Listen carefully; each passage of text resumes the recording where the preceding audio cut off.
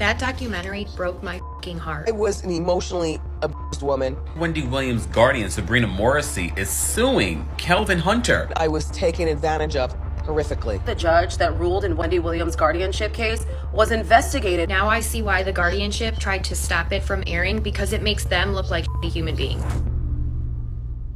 We have an update on Wendy Williams, and it's not looking good. Her ex-husband Kevin Hunter says that she owes him more money, and he's demanding that she pays all of his bills and pays off his debt. But in reality, her guardian Sabrina says that Wendy is broke, and Kevin doesn't deserve any money if she had it anyways. Wendy's guardian Sabrina has her locked up away in a facility where Wendy can't talk to anyone and can't do anything without permission. This isn't a good environment for Wendy. Her family says that she isn't healing, and her brother claims that this guardian is bad news. So let's get into it. If you aren't subscribed to the Let's Get Into It podcast, then you're only getting half the tea. For longer videos, deep dives, and of course, more of me, subscribe to the Let's Get Into It podcast listed in the description below. Ever since Wendy Williams' Lifetime documentary, the world has become aware of how much she's been struggling, and there's general concern for her well-being. Now that there is public attention on Wendy's situation, we're learning more, and we have updates. Like lately, there's been a war over Wendy's money, which was a consistent theme through her documentary. She didn't have her money, she was selling her things to gain more money, and Wendy Williams' guardian now demands ex-Kevin Hunter returned $112,000 to Wendy after he was overpaid in their divorce, and she wants him silenced. Now let me introduce you guys to Wendy's guardian, because we didn't see Wendy's guardian in the docuseries. Her name is Sabrina, and she filed papers in regards to Wendy's divorce settlement, saying that her ex-husband must return $112,000 to Wendy after he was overpaid. She also wants to make sure that Wendy's ex, Kevin Hunter, has a gag order placed on him so that he cannot speak about Wendy or this case. It seems like Sabrina is worried that Kevin Hunter will go to the press and will make a big fuss about Wendy, and Wendy's not really in the place to respond. Now, Sabrina claims that the payments to Kevin Hunter were supposed to stop if Wendy's yearly income is less than 2 times than her yearly income. Essentially saying that if Wendy makes significantly less money than what she was earning when they divorced, then he's not owed any payments. And she, of course, stopped filming her show. She has no income anymore, so she's not making this money, so Kevin is not entitled to anything. The Guardian alleges that the yearly income is defined in the agreement as Wendy's W-2 income and any income paid as a result of her working on a show. The Guardian said Wendy, who has not shown up to host the Wendy Williams show for her entire last season, stopped being paid her full salary in October 2021, but Kevin continued to be paid. Sabrina says, I believe that this was largely the result of the fact that the payments had been set to auto pay, so they're being pulled out of her account when they shouldn't have been. She added that the payments go against the express terms of their settlement agreement. By holding on to the funds that he was overpaid, Kevin has now interfered with Wendy's right of possessions to those funds. So not only does Kevin need to cough up this money because he is not owed it, it also just seems icky that he's still taking money from a woman that he exploited for so long. I was an emotionally abused woman, and I was taken advantage of horrifically. And I was very naive in believing in love and just, you know, you understand what I'm saying? Kev can be accused of a lot of things, but he's not a woman beater. He's just a weird man with a whole bunch of issues that I'm glad I'm rid of. You know, some of my producers in my office, and if you've ever seen my office on the after show, it's beautiful and it's cluttered and it's full of really good glamorous stuff. So we're meeting, and Kev normally didn't like me to start the producers meetings until he got there. Kev comes in the office and has a bag from the jewelers, another watch. So I'm like, okay, this is really nice, but can you sit down so we can get to this meeting? Thank you very much for that. He smacked it down on the table in front of everybody and fractured my table.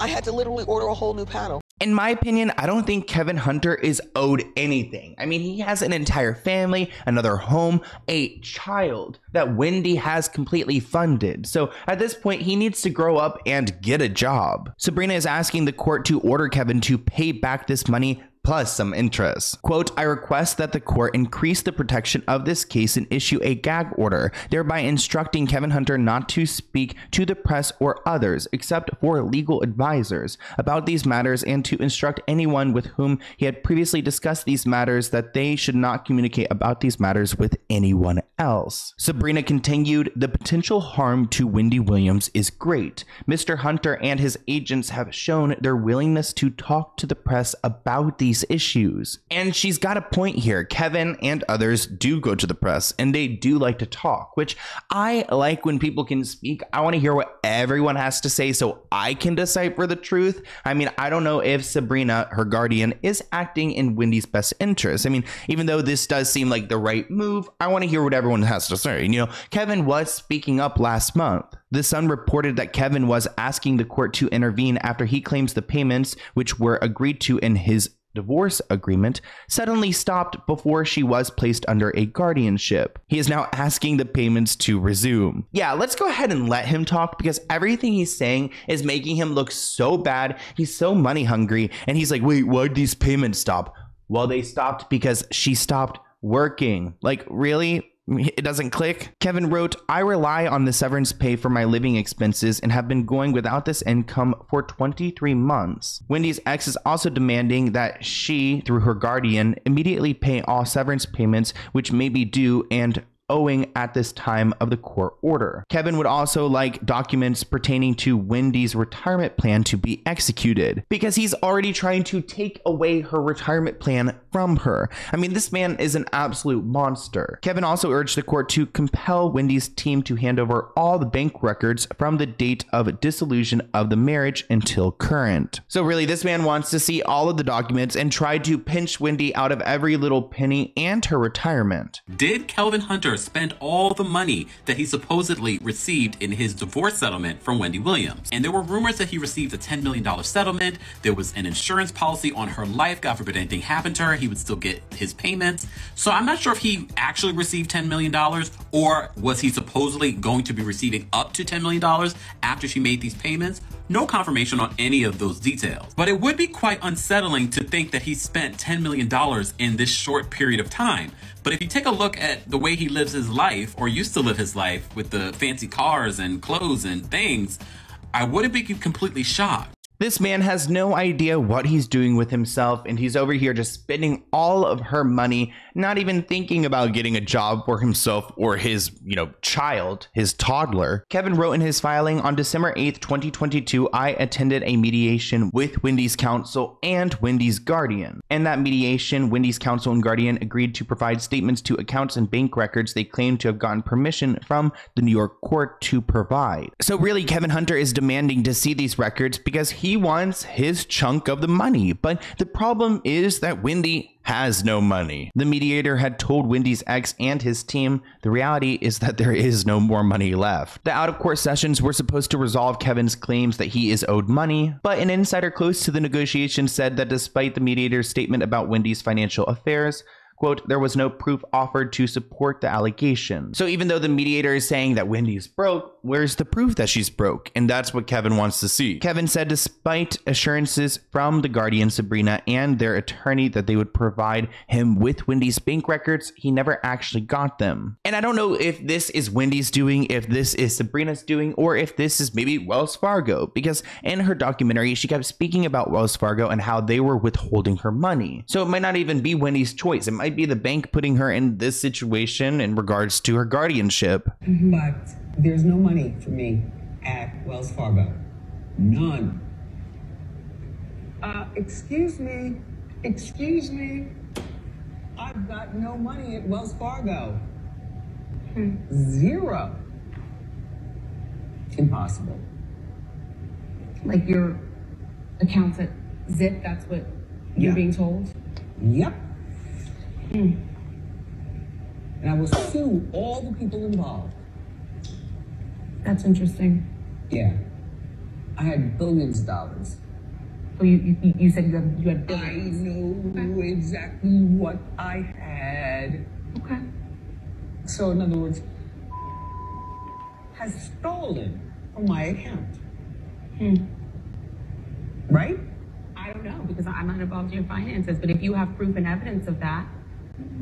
Well, a lot to unpack there. So you could see that Wendy's niece is in the scene, and her reactions to these claims from Wendy, I mean, she cannot hide them. It's all over her face. But Wendy goes on to say that Sabrina had been stealing this money from her. We don't know if Sabrina has been, misappropriating funds, but it seems like Wendy's saying this, Kevin's saying this, so who the hell do we believe? Well, Wendy Williams' guardian's lawsuit was unsealed, and she claims that the Lifetime doc shamelessly exploited Wendy amid her health troubles. Sabrina is coming forward now with her name after the Lifetime documentary and is saying that Wendy was not in the position to be filmed like this and that Lifetime should feel shameful for what position they put Wendy in. Sabrina filed a lawsuit on February 20th to try to block the documentary from coming out, claiming it shamelessly exploits Wendy and portrays her in an extremely demeaning and undignified manner, which Sabrina isn't lying when she says that. I mean, it was not a good look for Wendy. Sabrina also alleges that Lifetime incorrectly states that she is broke and cruelly implies that her disoriented demeanor is due to substance abuse and intoxication, which I think we can all acknowledge that there's definitely some intoxication going on here, but it does seem like it's gone to a point where it's almost like dementia induced by intoxication. So she's having mental health issues, but it's because of alcohol. The documents further claim that Wendy was not capable of consenting to the terms of her contract with A&E television networks. Sabrina says that court and guardian approval was needed for all contracts before a documentary with this type of footage would be publicly released. Despite this, her lawsuit says that no approval was sought or provided. So they're saying this network needed to consider what Sabrina had to say. Sabrina was actually under the understanding that she would have to review and provide final approval for all footage that was released because she is her guardian and responsible for Wendy's well-being. She claims that no permissions were sought and she was horrified upon viewing the contents of the trailer after she was told the documentary would portray Wendy in a positive light. Far from that. She said, "It is readily apparent that the complete promised documentary would even further portray Wendy in a humiliating and demeaning manner. The blatant exploitation of a vulnerable woman with a serious medical condition who is beloved by millions within and outside the community is disgusting, and it cannot be allowed." So really, Sabrina thought that this documentary would be positive for her client, Wendy Williams, and that it would be great for her. But when she saw that documentary right before it came out, she freaked out. And I'm sure Lifetime was avoiding sending her anything to view because they didn't want Sabrina to step in. I think she's losing memory. Have you guys noticed that? How dare him? I control men. I weigh 138. My mom has done a great job making it seem like everything is okay always. Wendy, make sure you look here. 1, 2, 3. But in reality, there's something wrong going on. Did you see a neurologist to find out if I'm crazy? Mm-hmm. Oh my God, no, I can't do this. I can't do this. I have to sit down again. I have no money. And I'm gonna tell you something. If it happens to me, it could happen to you. Did you drink this whole thing today? Keep it there. Okay. Keep it there. Now, after this documentary came out, Sabrina did have some success. She requested the court put a temporary restraining order on the documentary, which was granted, but eventually overturned by a superior court. 2 days ahead of the documentary's release and the same day that Sabrina, the guardian, filed her lawsuit, Wendy's care team revealed that she had been diagnosed with progressive aphasia and frontotemporal dementia, which I'm like, wait, hold up. Why is the care team revealing this? I mean, don't HIPAA laws protect Wendy from her team revealing this information? As for Lifetime, the documentary's executive producer, Mark Ford, said the film crew would have never entered into this project if they knew Wendy had dementia, adding that Wendy had good days and she had bad days. Mark also claims that Wendy's attorneys and the guardianship attorneys were consulted and signed off on the project. He explained the film was signed off on by Wendy, her management, and her attorneys and the guardianship. They were aware of the filming all the way through.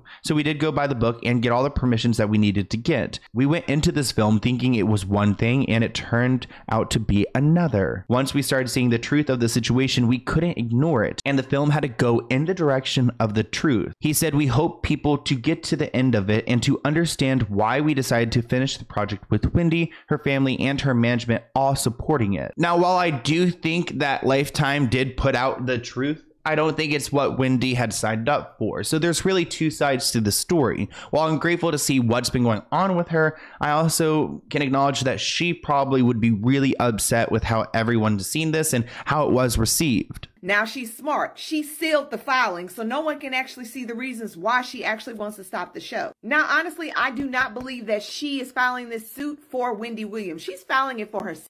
Just look at the comments that she mentioned. From Wendy Williams' son, Kevin, I feel like the Guardian hasn't done a good job at protecting my mom. Her sister also saying, I think that the guardianship system is broke. We are her family. And you tell me that I'm not capable of taking care of my sister. I feel like if Wendy wanted to stop this, it would have never started. I don't know if she's doing it just for her. I feel like she's doing it just for her. I don't feel like she's doing it for anybody else because this has already been an ongoing thing. So it is interesting to consider that Sabrina might not be filing this lawsuit in Wendy's best interest, but her own best interest, because she doesn't want to be known as a terrible guardian. Executive producer Mark Ford said that he spoke to several people directly in Wendy's orbit who assured him that Sabrina was well aware of what was going on and what they were filming, and that she never attempted to stop Wendy from participating, although Sabrina did not ultimately participate herself in the documentary. So really, Sabrina didn't care what was going on until she realized that she was mentioned, that she was a subject within the documentary. Mark Ford cites Britney Spears' conservatorship and the larger conversations about legal apparatuses like that as a driving force behind their intention to weigh in on this important matter through the documentary. So essentially, Mark Ford wanted to challenge the fact that the guardianship wasn't the best for Wendy. I mean, you see she's in a guardian's care and look what she's up to. So clearly the probate court doesn't know what they're doing. Mark Ford insists that Wendy appears to feel most at home when she's able to continue sharing her life story with the public, and said that her dementia diagnosis became a part of the story she wanted to tell. So he claims that he wasn't aware of this diagnosis until they got into filming, and once he learned about it, he wanted to include it as part of her truth, and that Wendy was consciously agreeing to this storyline. That documentary broke my fucking heart, and now I see why the guardianship tried to stop it from airing, because it makes them look like shitty human beings, in my opinion. They're supposed to have her best interest. They're supposed to be getting her better. They're doing nothing but adding to her demise and wearing her down. She should not be doing any appearances. She should not be on any show, no podcasts. She shouldn't be drinking. It's pretty fucked up that her own family can't take care of her and have anything to do with her because the judge is afraid of them taking advantage of her. No, this guardianship is taking advantage of her. Her manager, her publicist. What about them? And quite honestly, I'm glad that the documentary called out her publicist, because her publicist is garbage. All she cares about is that money. Let's get you that money, Wendy. Let's get you on that podcast. Let's get you to the Grammys. I hope after this airing, things change. And this lady is no longer the guardian. So I think it's pretty telling that Sabrina wanted to stop this from coming out after realizing that she was part of the content. She didn't care to stop it when Wendy was drunk and making a fool of herself on camera, but when she realized that her name was going to be dropped in it, she did not want it to come out. So it was selfish on her end to try to stop it. It was never in Wendy's favor. But another person in Wendy's life, her publicist Sean, also slammed the producers of the docuseries. Keep in mind that Sean was a consistent character within the docuseries and someone who kind of appeared as an enabler of Wendy's drinking problem. Sean said, I did not agree with what was going on in this documentary. She didn't agree with the way that it was moving and shaking. She said, instead of dealing with me, they decided to ignore me. They ignored me from that moment, and I never heard from them again. She was not and is not capable for consenting to the terms of the documentary contract. And Sean, like Sabrina, agree that they do not like that they had no say in final creative control, because I'm sure they would have cut out the sections where they were being talked poorly about by Wendy's family or her management. The problem with Sabrina's lawsuit is that we actually learned Sabrina's name. We didn't know who she was because the documentary had muted out her name, but now we know who she is. And now that we know who she is, we're starting to look at her history as a guardian in the probate court. And I have to say, every probate guardian, guardian who was, hired by the government, essentially. I mean, a lot of times the best case scenario is when someone in the family becomes a guardian. So Wendy's sister, Wendy's brother, someone in her family she can trust, her son. For whatever reason, they decided to skip over that step and to just hire someone from the probate court, a professional guardian. Well, typically when we find these people, they've been working in the industry for a while, and they typically have a lot of baggage, and Sabrina is no exception to this. So apparently the judge that ruled in Wendy Williams' guardianship case was investigated for awarding guardianship appointments to people that donated to her re-election campaign. I might have to eat my words about what I said about her documentary being shown. No, I don't want to see Wendy like that. No, she doesn't deserve this, but I feel like this might need to be shown to save her. It's really giving a free Britney, free Wendy situation. Allegedly, this is the judge. Her name is Lisa Sokoloff. I think that's how you say it. She got almost $6,000 in campaign donations from 20 people involved in guardianships and awarded those same 20 people 62 appointments in 2022. Wendy has been under guardianship since May of 2022. Now, they have not been able to find a link saying that her guardian, Sabrina Morrissey, donated to this woman's campaign, but something just does not sit right with me about this. Wendy Williams' brother says that she's stuck in a treatment facility and Wendy wants freedom. He wants freedom for her as well. He said, "I know that she's stuck and we're trying to unstick her. Her family is here and she doesn't need a facility. We are here to take care of her. Why isn't Tommy her guardian? All I want is for her freedom. We have a father who would love to see her." Tommy says it's been extremely difficult for his family. "We're dealing with the unknowns. We just want to be able to check in with her. I would fly up there to New York, but where do I go? No one knows anything and they can't get into contact with Wendy." He said, "We can't communicate with her unless someone patches us through. We wait for calls. We wait for calls from Wendy or my sister or whoever she can get to first, and we all hop on. When she makes that phone call to us, we're committed to listening and sharing for the moment. It's because the people who she's around. She can't leave. You are part of a program," he says. "It's the one thing that is holding her and keeping her from communicating, traveling, and doing the things she likes to do." He also goes on to say it feels like it's been forever since he's been able to see his sister, which is sad because it's just like, down to a basic family human experience. It's a brother who wants to see his sister and who cares about her well-being. Despite Wendy's challenges, Tommy says that her family can figure it out and get her whatever she needs. And I do agree that Wendy's family is more than willing to step in, so I'm really curious to know, why did they skip the stage where they would have someone from her family become her guardian? Like, that's such a weird take. Like, why did they just jump to those people who are professionals? I mean, even thinking about Britney Spears, her father was the guardian. I mean, he was a terrible choice, but why wouldn't her family members take the reign? So, Kevin, I'm so glad you're here. Really? Really? Yes. I know you are. I know you are. I couldn't wait to see you.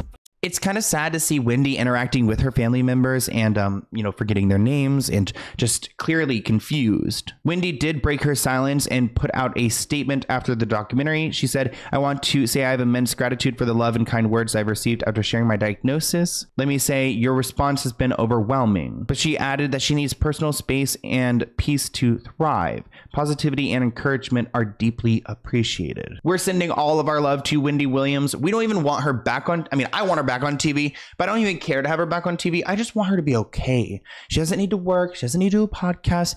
Get your freedom back. Get your, your human rights back. Get your money back and do whatever the hell you want to. That's the Wendy Williams we know and we love, because if she could, she would. I hope you guys enjoyed this video, and I'll see you in a new video soon. Bye, guys.